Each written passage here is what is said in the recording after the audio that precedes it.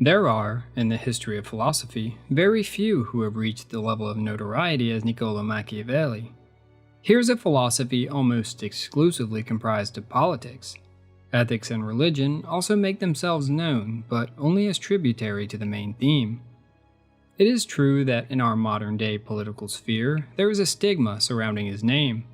This is due, of course, to the hypocritical excoriation of evildoing from our modern politicians. We must forgive them, though, for indeed, they must do this to secure the popular vote. Do not let these contemporary views deter you. The Prince and Discourses are brilliant works of literature. For the first time, we had a philosopher who was not concerned with utopian ideals of how the world should be, but instead with how it really is. The aim of the Machiavellian philosophy is this: to better understand why states rise, why they fall, and how one might best go about maintaining its stability to the end of slowing this inevitable decomposition. He is confident in his ability to produce such a method of statesmanship since the nature of man never changes. Wise men say, not without reason, that whoever wishes to foresee the future must consult the past, for human events ever resemble those of preceding times. This arises from the fact that they are produced by men who have been, and ever will be, animated by the same passions, and they must necessarily have the same results. We must begin by assuming that all men are bad, and will, if given the proper circumstances, bare their fangs to acquire what they wish. In like manner, they can, if given the proper guidance, be made civil and obedient. If the state is to achieve this, then organized force, in all likelihood, will be required. Through this force, laws can be established, and through these laws, habits can be cultivated. Once habits have been formed by the people, inordinate force will no longer be required. Here we have the basic formula for the creation of the state. It is best practice, Machiavelli thought, for the ruler of the state to adopt or start a religion. In truth, there never was any remarkable lawgiver who did not resort to divine authority, as otherwise his laws would not have been accepted by the people.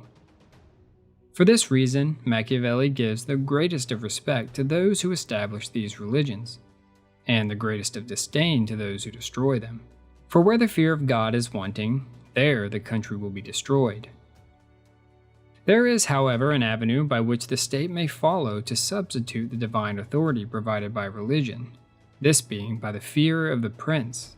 But the lives of princes are short, so religion remains our most trusted path to stability. Though Machiavelli accepts religion, he looks upon Christianity as a failure. He thinks it causes its followers to value death more than life for the sake of going to paradise. Furthermore, it has placed the supreme good in humility and poorness of spirit, which has caused Italy to fall into the hands of wicked and nefarious men. A religion such as that which the Romans adopted would be of more use, as it placed the highest of virtues in greatness of mind and bodily spirit. This ethic of might is right will allow the nation to act according to its best interests, without the consideration of what is morally permissible. Where it is an absolute question of the welfare of our country, said Machiavelli, we must admit of no consideration of justice or injustice, mercy or cruelty, praise or ignominy, but, putting all else aside, we must adopt whatever course will save the nation's existence and liberty.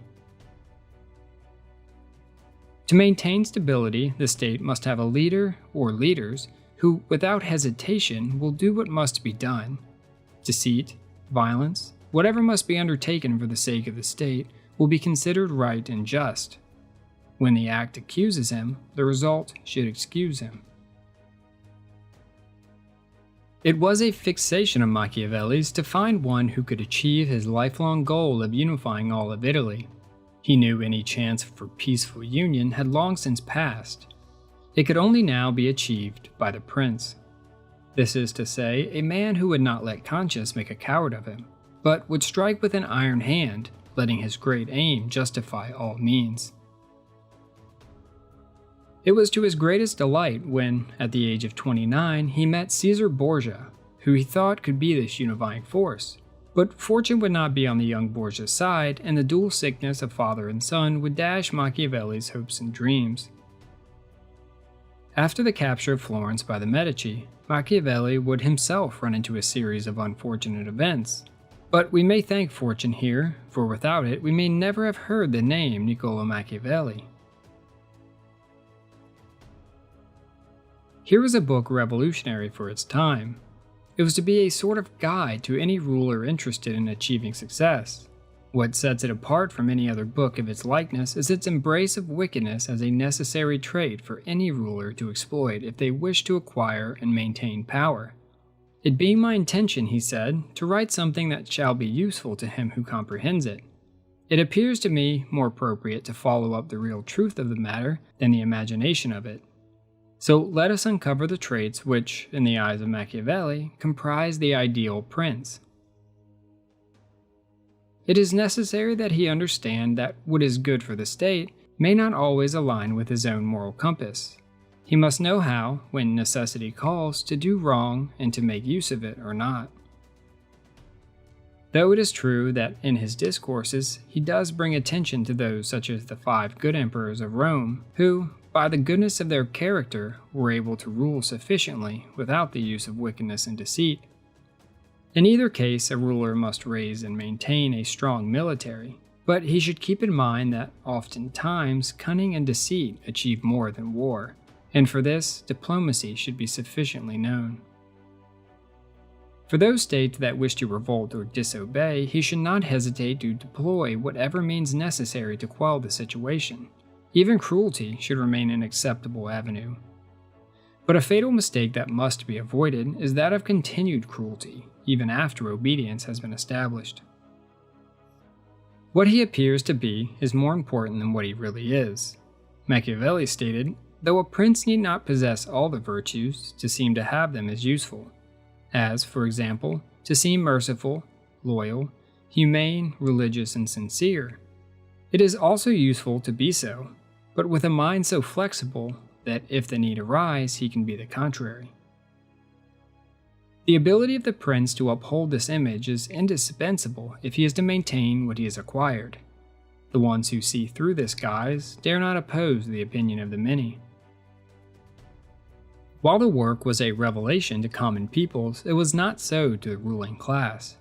After all, it was what they had been practicing for millennia. It was Francis Bacon who said, "Our thanks are due to Machiavelli and similar writers, who have openly and without dissimulation shown us what men are accustomed to do, not what they ought to do." So though he failed in just about everything in life, Machiavelli would succeed in adding his name on the list of history's heroes. If you enjoyed this video or found it helpful, consider subscribing to the channel. Here, my goal is to illuminate history's greatest philosophic minds and ideas. Also, let me know in the comments below who you would like to see me do a video on in the future. And as always, thank you for talking philosophy with me. Until next time.